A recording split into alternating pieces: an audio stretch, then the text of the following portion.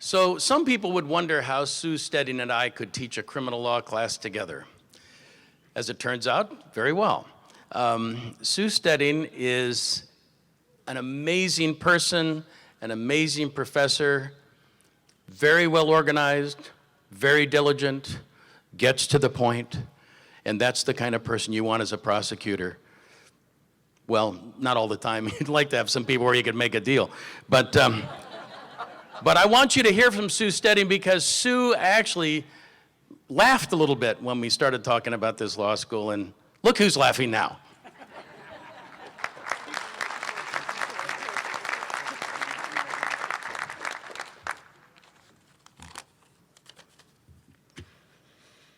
Congratulations to each and every one of you.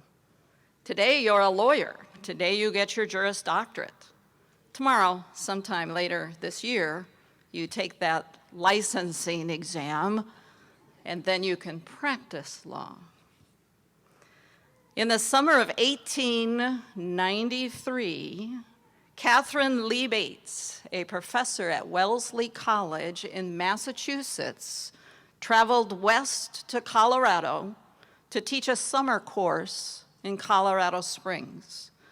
She went to Chicago for the World's Columbian Exposition, and she wrote later about Chicago, the alabaster city that gleams. And when you have a time to read something other than law, if you want to read a history book about Chicago, a good one is called The Devil in the White City.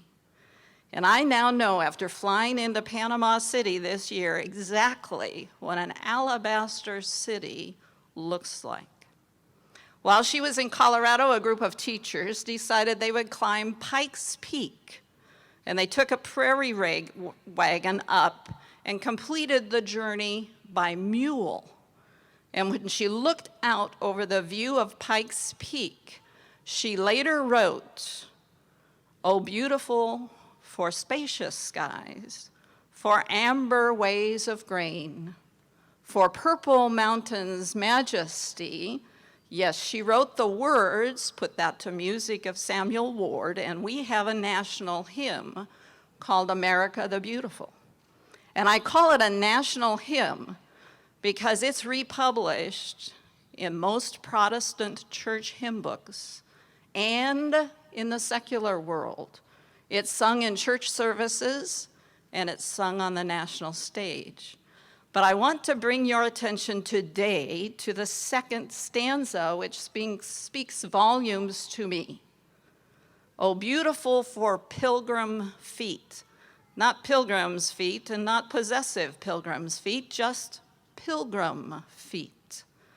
And the last two lines of the second verse are, confirm thy soul in self-control, thy liberty in law. Thy, of course, in context refers to America. America, confirm thy soul in self-control. America, thy liberty in law. That's us, our liberty in law. Not in education, not in medicine, not in science, not in math, not in politics. Our liberty in law. And I want you to take that to heart to the extent that you can. Put it inside your head, your heart, your soul, your gut, however it is that you internalize it. Because if you've ever traveled outside this country, you know that where there is a country with less stable law, contracts mean nothing, money talks, and there is no justice in a criminal justice system. And if you can internalize our liberty in law and push that out into your reputation, I think it'll really, really do a world of good for all of us. Because law is a noble profession. Don't ever have anybody disavow of that notion. You are part of that noble profession today. So may all of my hopes for you, all of my prayers for you, go with you today as we change and no longer, today we say goodbye to this relationship, and by the end of the year, we'll be peers in the practice of law. Again, congratulations.